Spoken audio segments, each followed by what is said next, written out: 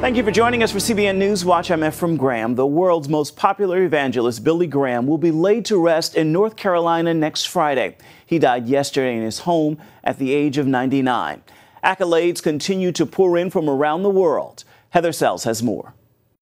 Many are calling Billy Graham one of the greatest evangelists ever, a towering figure who cannot be replaced. President Trump described him in a statement as God's ambassador and said he was privileged to know him. Former President Barack Obama said he gave hope and guidance to generations of Americans. Other presidents also praised him, and Southern Baptist spokesman Russell Moore called him the most important evangelist since the Apostle Paul. Liberty University President Jerry Falwell said he illuminated the gospel like no one else. The Christian faith has lost the best communicator of the gospel of the last century, in my opinion. Outside of the Graham Library in Charlotte, North Carolina, visitors reacted in shock when they heard the news. We just loved him, and it feels like the world's going to fall apart a little. Those who spent time with Graham remembered his humility and kindness. Evangelist Greg Laurie said the private Billy Graham was the same as the public Billy Graham. Ministry leaders remembered his fierce conviction to integrity that allowed him to preach for decades without scandal. President Trump remembered his leadership in the wake of 9/11. Speaking at the National Cathedral, Graham told Americans God can be trusted even when life seems at its darkest. Regent University professor and native South African Corne Becker remembered that Graham was a champion of racial equality. He refused to preach in South Africa until 1973, when blacks and whites could hear the message together. He would often say that the ground at the foot of the cross is level. Any person can come. And Billy certainly understood that racial harmony and the equality of all people were indeed part and parcel of the gospel. Indeed, it is the gospel. A spokesman for Graham says he spent his last few months on earth in and out of consciousness, not taking phone calls or seeing guests. A nurse was the only one with him when he passed, which his doctor described as peaceful. Graham had suffered from cancer, pneumonia, and other health problems. Now, the world is preparing to honor him with a series of tributes. A 3-hour procession is planned for Saturday to take his body from Asheville to Charlotte. It will lie in repose for 2 days next week. A private funeral will be held next Friday, March 2nd. Graham's son Franklin will deliver the eulogy, but for Graham, the accolades were never the goal. What only mattered was the Lord. I want to hear one person say something nice about me, and that's the Lord. When I face him, I want him to say to me, "Well done, thou good and faithful servant." Heather Sells, CBN News. All living American presidents have been invited to Graham's funeral. He touched most of them personally. Mark Martin takes a look at that and how Graham's ministry changed the lives of millions. The Reverend Billy Graham shared the gospel of Jesus Christ to nearly 215 million people in live audiences in more than 185 countries and territories. And he reached hundreds of millions more through radio, television, film, books, and the internet. He developed his strong work ethic growing up on a dairy farm during the Depression. In 1978, CBN spoke with Graham's mother, Mrs. Frank Graham, in Charlotte, North Carolina, in a report for the 700 Club. Our main prayer was that he might study to show himself approved unto God, a workman that needeth not to be ashamed, rightly dividing the word of truth. That was really the sincere prayer of our heart for years. Don't ever say it's a white man's religion or a black man's religion. Christ belongs to all people. The late gospel singer George Beverly Shea, who sang at Graham's Crusades, once talked about how people would remember the famous evangelist. 50 years from now, those who remember will have to remember a man of great integrity and a man with one message, that God loves you and Christ was provided to save you. Graham's final crusade took place in 2005 in New York City. Prior to that, at a news conference, he offered these poignant words. Well, I look forward to that with great anticipation. I'm looking forward to seeing God face to face. Graham and his wife Ruth, who passed away in 2007, had 5 children: Gigi, Ann, Ruth, Franklin, and Ned.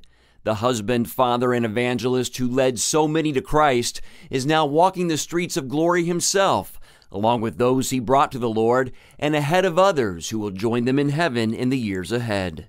I, too, am a product of Graham's ministry. At the age of 16, my mother went forward at one of his crusades to reaffirm her faith in Christ. She would later lead me to Jesus as a child. Mark Martin, CBN News. And to see more stories about the life and ministry of evangelist Billy Graham, you can check out cbnnews.com. Here now are some of the other big stories we're following for you in the CBN Newsroom. President Trump promised tougher background checks and mental health screenings for gun buyers at a forum at the White House Wednesday. Students and parents personally affected by mass shootings attended that listening session and shared their experiences. The president is scheduled to meet with state and local government leaders on school safety Thursday. The United Nations is working to end a modern-day massacre in Syria. More than 300 people have been killed in airstrikes since Sunday, many of them women and children. A UN Syria envoy says the UN is hoping to find a resolution, but it will not be easy. Police are tightening security at a U.S. embassy in Montenegro after a bomb incident. The attacker hurled a grenade at the building. That man then later detonated a bomb and killed himself. No others were injured in that explosion. Embassy officials are working with police to identify that attacker. You can learn more about these stories at cbnnews.com throughout the day. A new study shows more Americans are making progress on boosting their savings accounts. According to Bankrate.com, 1 in 3 Americans, or 33%, have more credit card debt than they do savings. Those numbers are actually down from 2017, where 41% had more debt and 43% in 2016. Experts say setting aside emergency savings is a key piece of personal finance advice. Still ahead, here on this edition of CBN NewsWatch, inside the controversial testing being done by researchers at the VA. Is it saving lives or simply torturing animals? CBN News weighs in on both sides of that debate.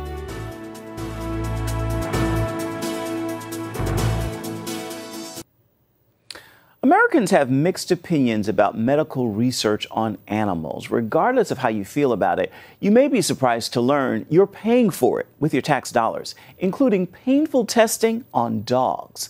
Our Jennifer Wishon investigates a practice that's caught the attention of veterans, taxpayers, and members of Congress. Todd Wiesner is an Iraq War veteran who works in the maintenance department at this Veterans Affairs hospital in Richmond, Virginia. On a service call to the 3rd floor one day, he was shocked by what he saw. We saw a bowl sitting on a counter with a bread-like substance in it. We walked over and looked at it, and there was a handwritten note beside it. And we looked at it and spoke about where it came from, but it was a dog's heart. Harvesting the hearts of dogs euthanized after medical testing is just one of the shocking practices going on at Veterans Affairs that's causing a national stir. We're talking about tests like taking 6-month-old puppies, putting them on treadmills, forcing them to run, exhausted dogs, inducing heart attacks, sloppy and botched surgeries, restraint devices, drilling holes in their skulls, destroying their brains, and charging taxpayers for it. Bellotti founded White Coat Waste Project, a watchdog group that targets taxpayer-funded experiments on animals.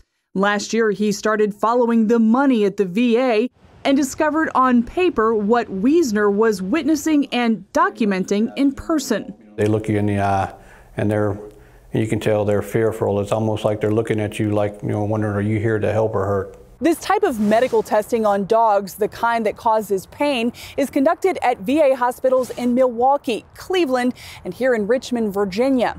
The question, is experimenting on man's best friend actually improving the lives of veterans, or is research on dogs antiquated and just plain cruel? I was very much taken back. Florida Congressman Brian Mast served as a bomb disposal expert in the U.S. Army. He lost both legs in service to his country and is a patient at the VA. You know, I've worked with dogs on the battlefield. You know, my family's always had dogs. You know, my kids have a dog. It's un-American to not love dogs, number one. It'd be like not liking chicken or French fries or something like that. Mast joined other members of the House to temporarily cut off funding for the research that causes dogs pain. It's overwhelmingly popular with everybody. Virginia Congressman Dave Bratt introduced legislation to permanently end taxpayer funding for the research, which has bipartisan support. If you can find a less invasive way for getting the same research results without torture and extreme pain to our animal friends, we want to go that route. VA Secretary David Shulkin urges lawmakers to keep the funding. He says it may lead to advancements that offer seriously disabled veterans the hope of a better future, he writes in an op-ed, adding, canine research works because of the distinct physical and biological characteristics humans and dogs share that other species do not. Most of the advances the VA reports gaining from dog research came in the 1950s and 60s, but the department credits recent FDA approval of the first implantable artificial pancreas for diabetic patients to research on dogs. And the department warns stopping current canine research would stop the progress that VA is making to find better ways to care for our veterans with spinal cord injuries, cardiac arrhythmias, diabetes, risk of strokes, and need for organ transplants. Wiesner says he's disturbed valuable space and resources are being used to conduct painful tests on dogs, while veterans struggle to get the care they need in a timely manner. A VA patient himself, Wiesner waited 9 months for a routine appointment. What do they pay for a research dog compared to how many, therapy dogs could you buy for veterans that are in danger of hurting themselves or need a therapy dog? For Congressman Mast, advocating for veterans is his most important job. I take it seriously anytime there is just even the slightest failure for one of those people that were willing to give the last beat of their heart in service to this country. He's also uncomfortable with hard-earned tax dollars being spent on procedures that make many Americans cringe. Surprisingly, Bellotti says taxpayers are funding more animal research than private industry. We know it's at least $15 billion a year in taxpayer funding. So we're not talking about pharmaceutical companies here. We're not talking about cosmetics testing here. We're not talking about private industry here. We're talking about government spending here. They spend far more, the USDA, EPA, NIH, DOD, and Department of Veterans Affairs, than the entire private sector does combined. I was very proud to be a soldier, and the nature of my work, serving in special operations and being a bomb technician, I've had the opportunity to save life, and I've had the opportunity to take life. And I know the difference between innocent and evil. And I don't think anybody should be bashful about pointing out what is innocent and saying that that's where our time is well spent to advocate on behalf of the innocent, regardless of whether they're, dogs or other animals or whether they're people. Jennifer Wishon, CBN News. Ahead here on CBN NewsWatch, styling hair and sharing God's love. See how this woman uses her work in the beauty industry to change lives.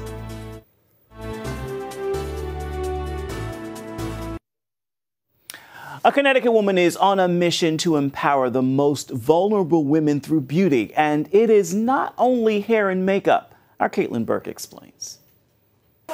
For more than 15 years, Tanisha Auchenloy worked at making people beautiful. Then she saw the light. Beauty is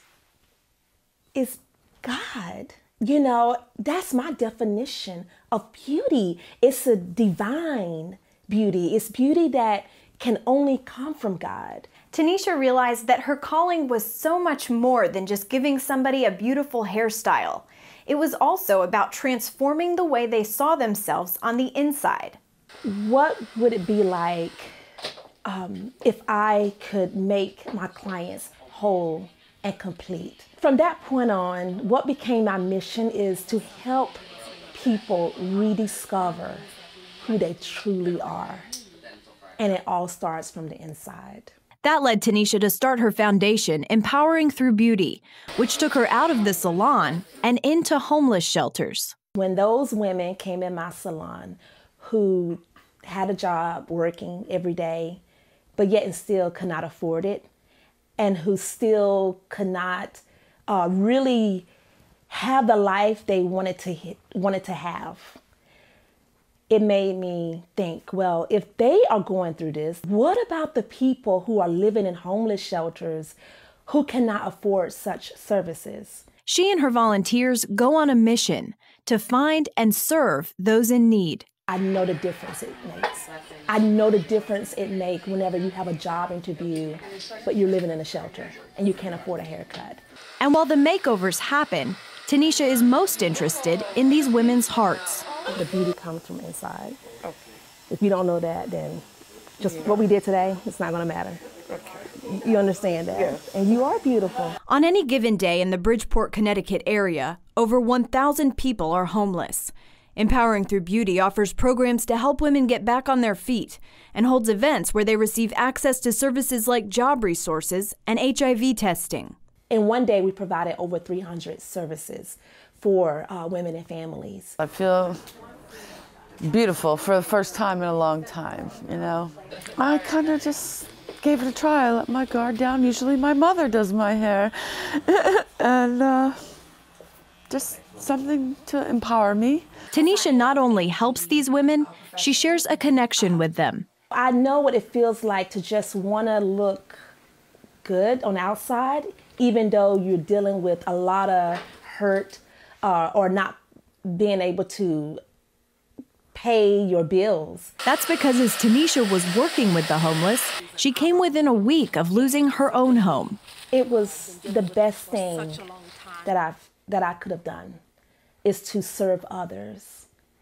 It was such healing for me in my darkest moments. Just being in the space where you are with women who are in worse situations than you are and who have been through worse things, and to be able to love on them through my own hurt, through my own pain, it made me forget all about what I was going through. Every day she would speak of God's love in the shelters and then walk circles around her home, praying God would allow them to keep it. God in turn proved his faithfulness. She kept her home after a new mortgage company took over the loan.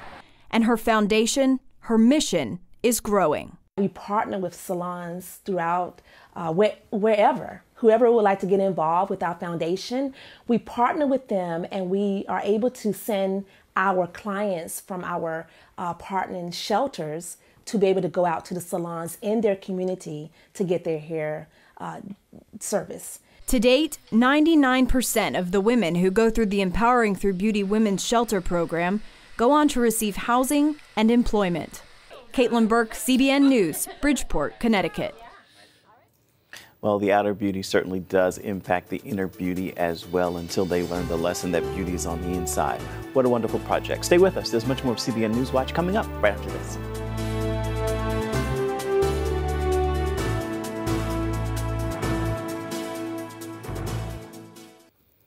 The world is mourning the loss of Billy Graham, and a special tribute to America's pastor is headed to the big screen. His grandson, Will Graham, is playing the role of Billy Graham in the upcoming follow-up to the film Unbroken. We were on set for this segment of the film's taping in Los Angeles and had the opportunity to sit down to talk to Will about the project. I'm not trying to fill his shoes, per se. I want to be pleasing to the Lord. That's my first and foremost, just like my granddad did. Back in '49, he wasn't trying to do anything. He was just trying to be obedient and pleasing to the Lord. And so I figured the best way to prepare is just to do the same way. This has got to be a Lord thing, because I'm not an actor. All right? I'm not funny.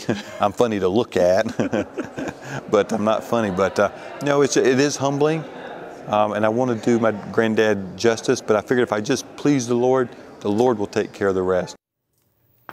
Unbroken, Path to Redemption is a continuation of the Olympic and war hero Louis Zamperini's story, and it includes his coming to Christ in a Billy Graham crusade.